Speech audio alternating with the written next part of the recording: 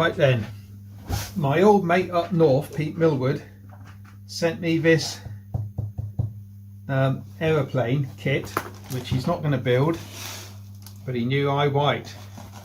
So what has Pete sent us? I've already looked in here. I've taped it up again because the moment wasn't right, but now it is, and I'm going to put it together. And it is the Polaris, and I've never had anything like this before, but it's one of these models that flies off of water or grass or hand launcher, but it's all foam, polystyrene, and that's what it looks like. And the motor is up here, up on the fin, and there's loads of build instructions, all made from 6mm Depron or blue core foam unless otherwise indicated. Let's show you what's in the box. Oh.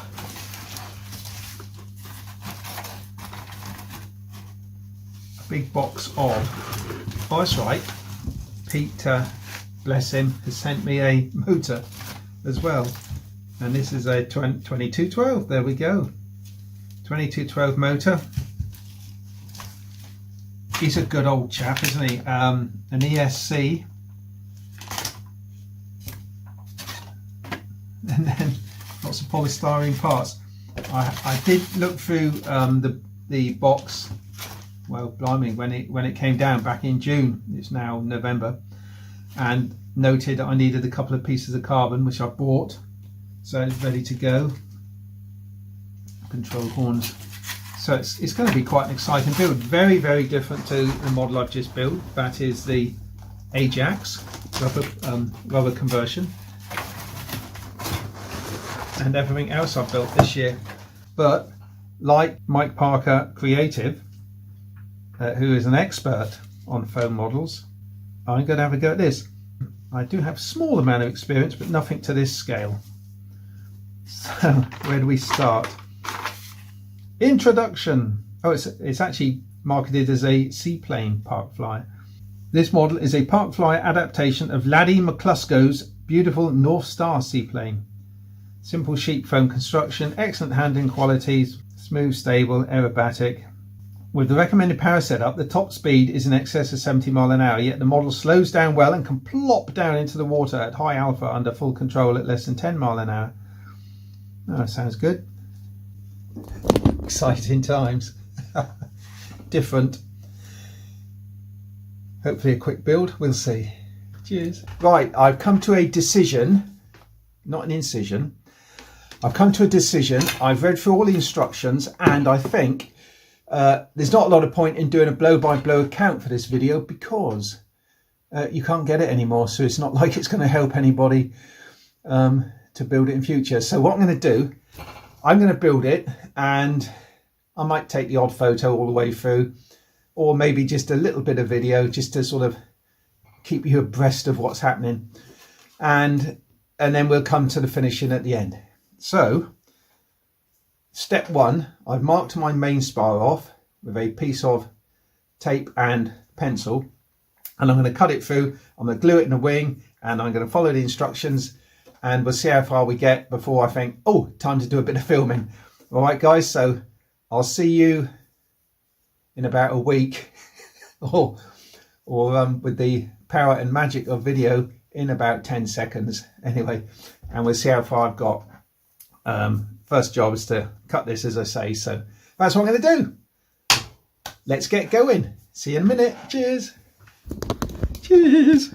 First check-in for you guys. I've got the tube, carbon tube in the back half, and I put some thin carbon tube down those bits, and I've made up the fuselage sides with the extra little bits in the corners, so that's not bad. I've got to wait for everything to set. I've also just glued together all the nose blocks, and the wingtip skids are under there drying as they're laminated, but the bulkheads will go in there. There's the front one, so not a bad start. Fuselage coming on. In fact, the next stage is to push the wing in and glue it, so it's going to look really superb there. The other thing I've done is make up the engine nacelle, which sits in here somehow. Engine goes on here and then the tailplane sits on the top. So I've just been putting the servo in. The servo's buried in. I've epoxied that on. A little guide tube just for the push rod, so that'll sit up there, and when the wing's in, it's really starting to take shape.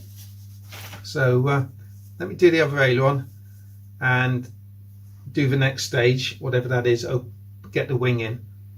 Just done one hinge, so I'm just going to do the other. What I've done, I've coated the sort of porous open cut now with Yoo-hoo Pour to sort of seal it a little bit, and I'm going to put that one in there. So the technique I've used is to get that lined up, getting it level there. I'm just holding that in place, and I'm using the diamond crystal tape. Well, it used to be called diamond, it's crystal tape now, Scotch. It seems to stick quite well to the foam. Hopefully it will stay sticking quite well to the foam. So what I've done, I've cut a couple of lengths to the required length, and this will just go over the hinge like that, down to the end like that. And I'll just tap that on there.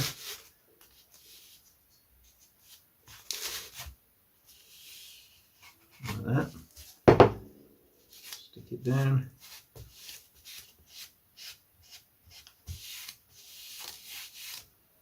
And wrap it around. Make sure it's really stuck well.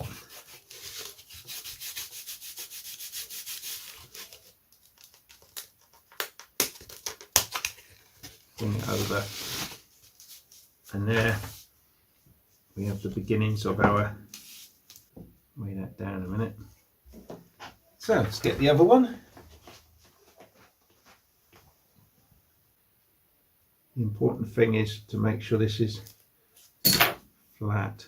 Don't want to stick it up in a, well, get that is flat anyway, look.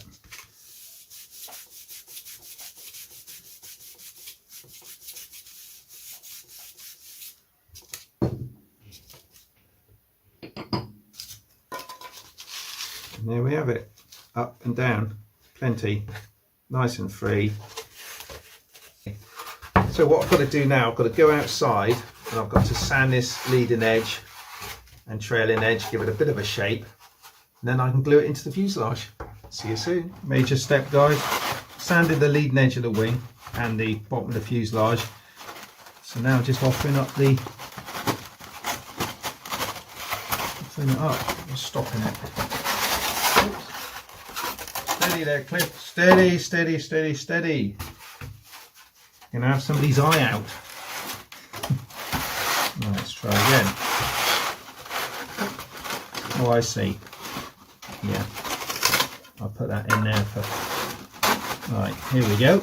I think the easiest thing to do is if I mark a halfway mark on that F3, then I can simply line that up with that. So 64 is 32. So there. So lining up my new line.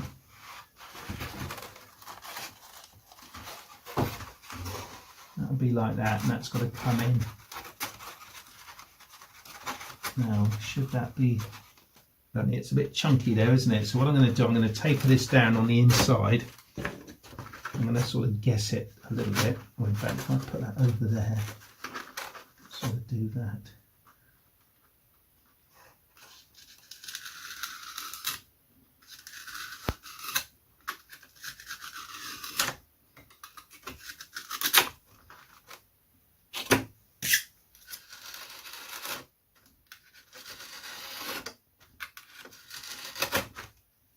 Okay.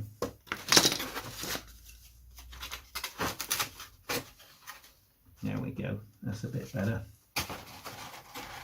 This should give it a lot of strength.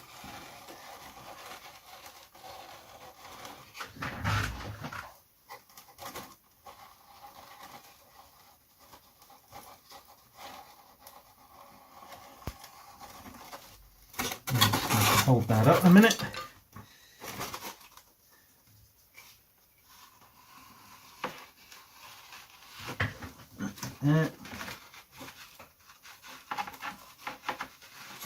Right, so we can get it down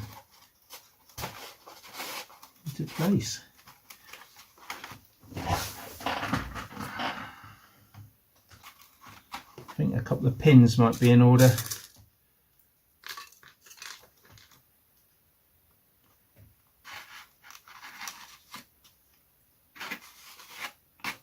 Put a couple of weights on that, and we'll be I can leave it to set, and I'll come back in a while. Good progress. I'll leave it here, and I'll see you in part 2, where we'll finish the model off and get the radio gear installed and get it decorated. So thanks for watching. If you'd like to hit the little subscribe button if you're not already subscribed, that would be brilliant, helps with the analytics. And if you want to look at the join tab down below, that would be brilliant as well. Cheers guys, see you soon.